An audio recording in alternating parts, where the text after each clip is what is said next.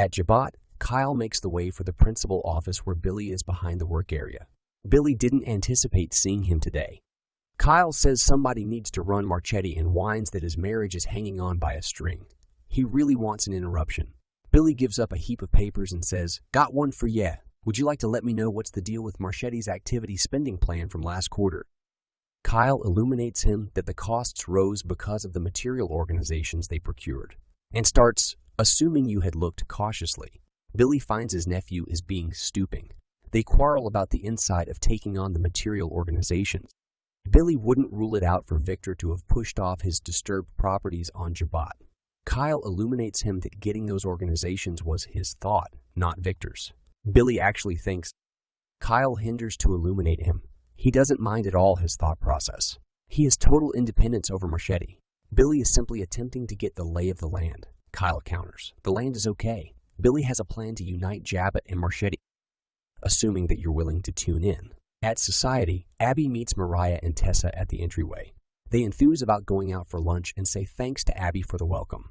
Abby spouts over area prior to driving them inside where Sharon, Noah, and others holler. Shock. Maria wonders that their child's shower is delightful. Abby says it was all Sharon's thought. Sharon holds Aria as Tessa and Mariah rock their bands and tell Abby she can set up them a party anytime she needs. She's thankful they all met up in their honor. Sharon needed to spread the delight. Abby calls a toast to the new mamas. At the prison, Jack breathes out as he pauses. Before long, Diane is driven in by the gatekeeper. He recaps that she's wrongly secured and the press is having a field day. Diane guarantees him she can deal with herself. He needs to utilize his associations with get her more open airtime. Yet she hollers, if it's not too much trouble, stop. There's just something single she needs. Don't return. She's not leaving at any point in the near future, and it very well may be ages for her trial. Jack contends that he'll be close by however lengthy it takes. Thus will Kyle. Diane can endure this in the event that she overlooks life beyond the prison. Seeing his face is only an indication of all she's lost. We want to do this as I would prefer. She articulates, in the event that you love me, you need to remain away. At red lights, Chance tells Christine he doesn't think Diane acted alone. She might have harmed Phyllis, yet Obvious was in on it with her. He brings up he took the cash from Phyllis Records and disappeared immediately and inexplicably. I promise you he's looking for trouble. Chris needs more than his hunch. Chance needs to come down on Diane. Christine contends that would require an arrangement for tolerance, which is impossible.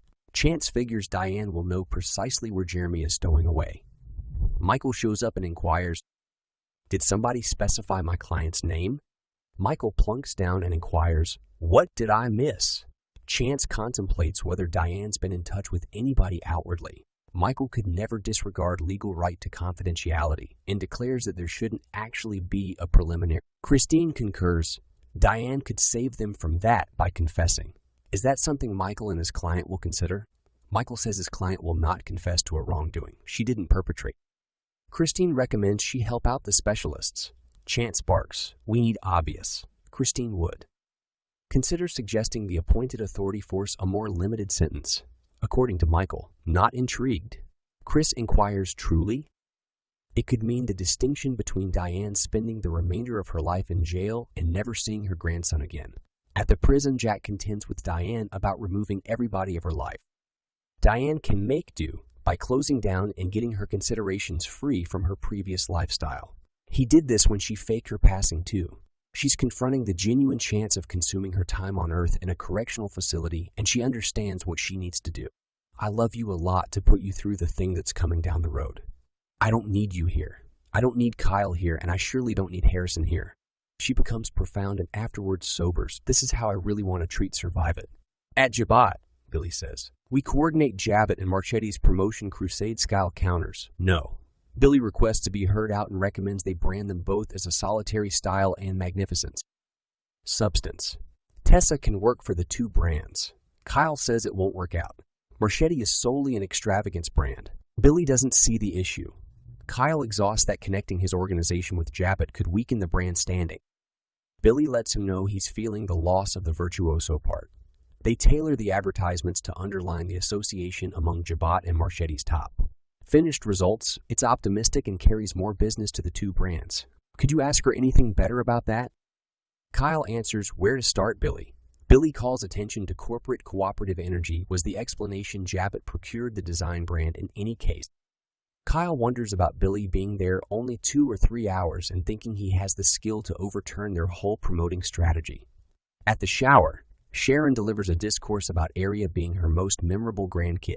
She's significantly moved that Mariah and Tessa fortified with Delphine and made their bond together. She tells the child she better become accustomed to enormous groups since now she has a ton of loved ones. Confidence needed to be there, however, had a test. She realizes the excursion was difficult, yet she's so excited to see their fantasies work out with this young lady. Sharon is anticipating late-night diaper changes. I'm truly respected to have you three in my life. To family. Everybody raises their glasses to family. Abby delivers a discourse straight away and offers nurturing insight with Tessa and Maria. The delight this will bring them will be like nothing else previously. According to Noah, my turn. He makes sense of Allie stalled out in the lab, however gives up a gift from them. Child books. He proclaims that Arya has 2 of the coolest mothers in the world. At Jabot, Kyle calls attention to everybody has terminated Billy. Billy contends that he's gained from his missteps and knows how to consolidate 2 brands from chipping away at the Chancellor. Winner's consolidation. Kyle expresses gratitude toward him for his feedback, however. Says their methodology of keeping Jabot and Marchetti separate from the very start has demonstrated effectiveness. He sees not a great explanation to take a different path. According to Billy, at times you need to consider some fresh possibilities, Kyle. He cautions his nephew he can't singularly reject this thought. Kyle counters that he can't singularly carry out it. It's my father's call. Billy will converse with Jack. As he exits, Kyle turns around and says, I understand what you're attempting to do. Occupy me with moronic business thoughts. Much obliged. Billy at the prison. Diane lets Jack know that there's a generally excellent possibility she'll be viewed as at legitimate fault for homicide and move to another jail further away. It's best they head out in a different direction now. Jack vapor, I can't do this. You're not kidding. Diane is pondering him and Kyle. Jack inquires as to whether she can truly envision putting Kyle through torment once more. Diane supposes assuming he invests energy with her now, it will be more diligently when they move her away. Kyle requirements to become accustomed to the possibility that I won't associate with. Jack thinks about how Harrison will grasp not hearing from his D. Diane says she's returning to her phone, calls the gatekeeper, and weighs out.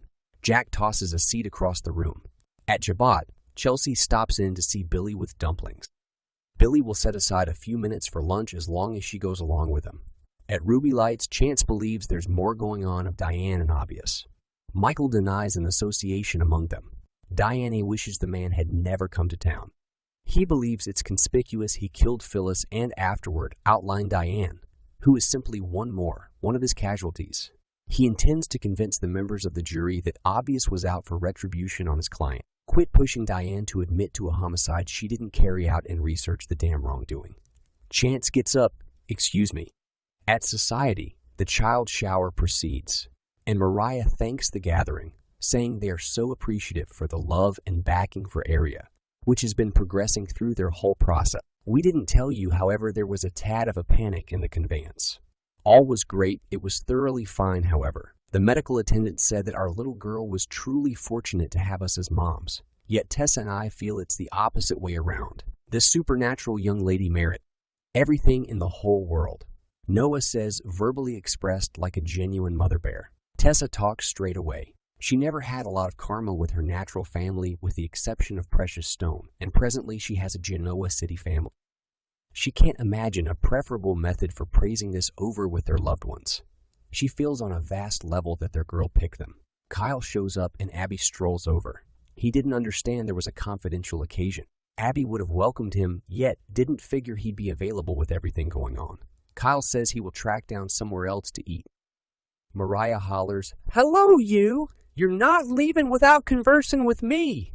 At Jabot, Billy lets Chelsea know that he's now figured out how to get into a contention. Yet he maintained a calm demeanor so that as Progresh is partaking in the work and accepts he can have an effect there. He's partaking in the work and accepts he can have an effect there. Chelsea is satisfied for him. He asks how the computer game is coming. She cherishes making a world in a local area. They're in somewhat of a brief delay with Daniel lamenting. She's inclination somewhat fretful, yet understands it's simply an obstacle. He prods that she's so developed and insightful. He's in stunningness of how solid she's become. Chelsea and she understands he's been going through hell. He can't wait to meet the newest member of her family. Maria marvels at the amount of baby clothes they've sent and then tells him she's there for whatever he needs. For Summer, too. Thank God she has you. Kyle looks sheepish. At Crimson Lights, Michael wonders whatever happened to the kind Christine who championed the underdog. Chris says she works for the people and that includes making sure wealthy. Well, connected murderers don't get off on plea deal. She accuses Michael of selling himself off to the highest bidder. Michael reminds her every person accused of a crime is entitled to a defense. It's noble, Chris snarks, especially when you're getting very well paid for it. As she leaves, she tells Michael her door is always open when Diana's ready to confess. Michael smirks.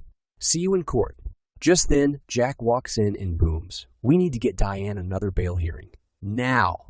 At the shower, Kyle tells Mariah that Summer is shutting down. He has to prove his mother is innocent, or he doesn't see how his marriage will survive. Mariah reminds him Summer is as tough as they come, and she loves him. You're going to get through this. Mariah asks him to stay, but he says he would only bring down the mood. He congratulates her on her beautiful baby girl, hugs her, and leaves. Mariah looks concerned. In the darkened jazz lounge, Chance looks around and thinks. At Crimson Lights, Christine tells Jack she's sorry, but the judge determined Diane was too much of a flight risk to get bail. Michael says the judge made that decision based on her argument at the arraignment. Chris says they know Diane's history. Jack says it's ancient history and complains that Diane is not doing well. Chris notes that no one does well in jail. Jack fumes that she's innocent. Can't they get to the judge and get her to change her mind? Michael will do his best, but tells Jack the facts haven't changed, so the judge's decision isn't likely to either. Jack demands he find the judge and tell her he'll pay whatever amount she sets in bail. Diane will wear an ankle monitor.